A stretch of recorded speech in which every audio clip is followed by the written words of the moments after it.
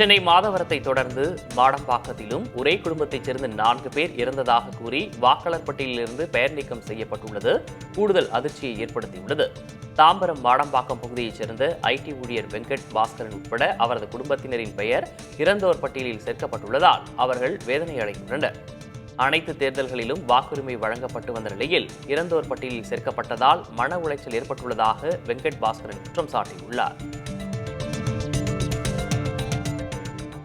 இந்த எஸ்ஐஆர் பட்டியல் ரிலீஸ் பண்ணும்பொழுது உங்கள் ஃபேமிலி மெம்பர்ஸ் 4 பேர் அந்த டெத்து அப்படின்றது எப்படி உங்களுக்கு தெரிஞ்சது? யார் மூலியமாக தெரிஞ்சது? நீங்கள் எப்படி வெரிஃபை பண்ணீங்க? அது என் பிரதர் தான் ஃபஸ்ட்டு இது பண்ணியிருந்தார்.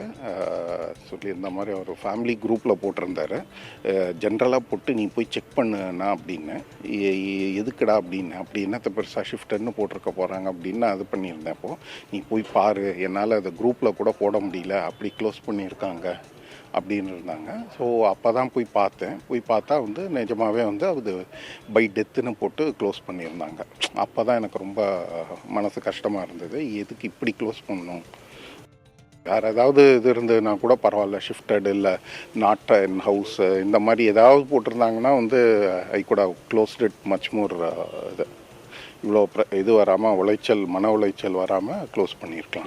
நீங்கள் உட்பட யாருடைய அந்த பேருனுடைய பேர் டெத்துன்ற மாதிரி வந்திருக்கு? இப்போ என்னோடது வந்திருக்கு, என் ஒய்ஃப்து வந்திருக்கு, எங்கள் அப்பா அம்மா அது 2 பேருதும் அதே இதில் தான், எல்லா 4 பேருதும் அதே ஸ்டேட்டஸில் தான் வந்திருக்கு.